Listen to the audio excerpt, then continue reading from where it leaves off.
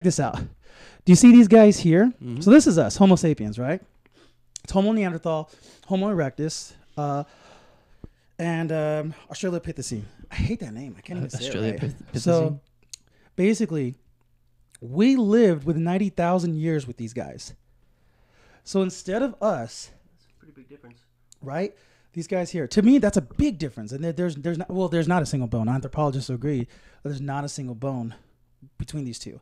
Yeah, this is where we come. The Trichonavoy and Lucy, we supposedly come from. Well, I got something to throw in here though. You see the guy, the one right above us, Australopithecus, right? The one that you're saying? Mm-hmm. No, the one below it. This one. That Neanderthal. So Neanderthal. You ever see people that kind of look Neanderthalic, like they have a large brow, kind of low brow thing going on, and you see they like this guy kind of looks a little bit like a Neanderthal, and that's when you show me images of that, I will show you a picture of a guy whose name I'm not gonna say, but he's a friend of mine on Facebook, and I would say that he looks a lot like that. He's not that because those aren't around anymore, but he's got a lot of the traits from Neanderthal in his face. Because it looks a lot like I gotta see it, and if there is, he's from the Alma family. The Alma family? Which people don't know about. It's Russians. Russians talk about this all the time. Families that lived with Neanderthals. Okay. Like, I'm not even kidding. They're the Almas. Maybe somewhere in his genealogy. So just to let you guys know that there's 4. It's very interesting that there's 4 hominoids, right? 4 families of hominoids. When we look at Bigfoots, there's 4 families of Bigfoots out there. There's the ones in the North Americas. There's the Yeti. There's the Almas, right? The Yeti and the Alma are actually smaller. They're like only 5'6", 5'8". They're short. Right, they're short. But then you have the Bigfoots of North America. And then there's also the ones in, I'm trying to think of where else. Somewhere else. I can't remember. I think it's in the jungles or the swamps, the skunk types, skunk ape types. So there's 4 different types of Bigfoots. Okay. Yet there's also 4 different types of hominoids. Here is what I'm proposing and what Lloyd Pye proposes. What if why would they go extinct? They're the biggest, baddest things out there. There's only one reason. When we just talked about mammoths, we hunted mammoths. The Native Americans talked about they chased them out of their areas because they would steal their babies.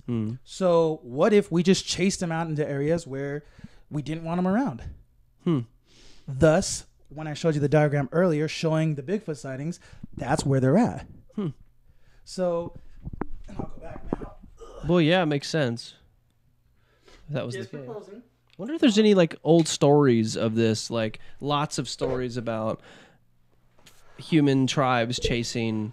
I wonder if like is there any like stories of like Americans or any modern people chasing people like this out. Oh yeah, there's the Native American stories all the time. Yeah. The 1957 story though is I think is false. That's a stupid story. 57? Yeah, the war with the Bigfoot of 1957. I don't believe in that. I don't know if it's ever been proven false, but you can easily prove it false. And I'm for Bigfoot, but that story is just like retarded. Well, what is that? What happened? Basically, they talk about the fact that Native Americans had their tribe was attacked. Now that part's true, but the part where they like went after the Bigfoot were like I think it was a 4-star Army general from the United States went with like a bunch of other like 30 riders to go kill a Bigfoot, and they had a fight with 4 Bigfoots.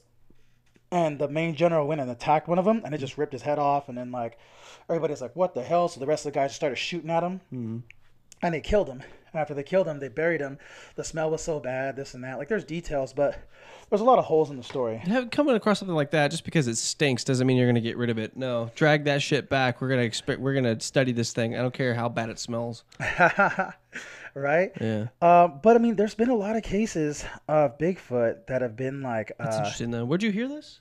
This is, anytime you're looking up stories and you're doing research, you just see like the Battle of Bigfoot 1857. Just go down the YouTube rabbit hole, you'll find it. Right.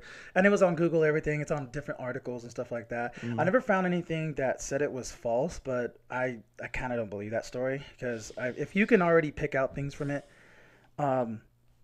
then I kind of just, it's questionable. I mean, so supposedly this is what it is.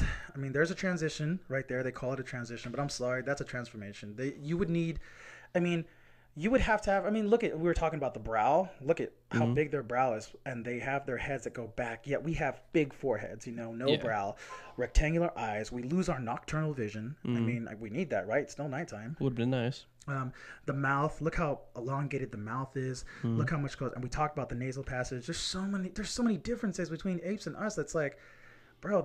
We need to see. I mean, you're telling me 8 million years, 5 million years. And all these different things are the same. And all of a sudden we get to 30,000 years and now it just, boom, change?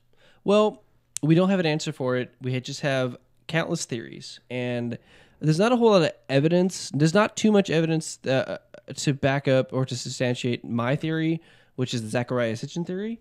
And the whole... how Bigfoot exists and how that correlates in with my theory, as in that we were genetically manipulated to be us, and we kind of like jumped the gun. We would have eventually become us or something like us, but we didn't because somebody came in, took our genetics, jumped the gun, made us. But if you allowed evolution to take its place and no one ever jumped the gun, we evolved into Bigfoot and. So to me, the Zachariah Sitchin thing you're saying actually makes sense, because look at the transitions, right? The so-called transitions, like millions of years, right, for this evolution to happen, and all of a sudden 30,000 years we just appear out of nowhere. Exactly. And then we're getting a phone call.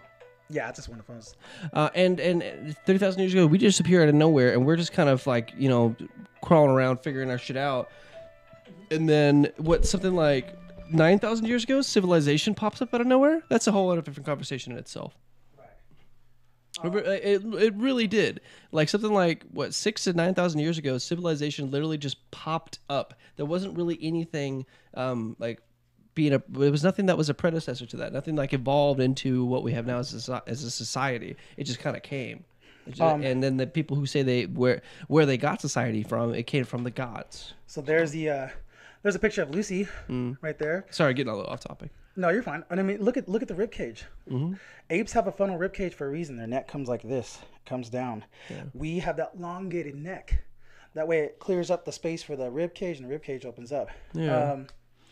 So I mean, geez, that's just That's interesting how the ribs kind of bow out. Ours are kind of like straight. But there's not a single bone. There's not as much as a fingernail between, the two species. So let's talk about some of the proof of this, and why I believe what you're saying is actually, the answer.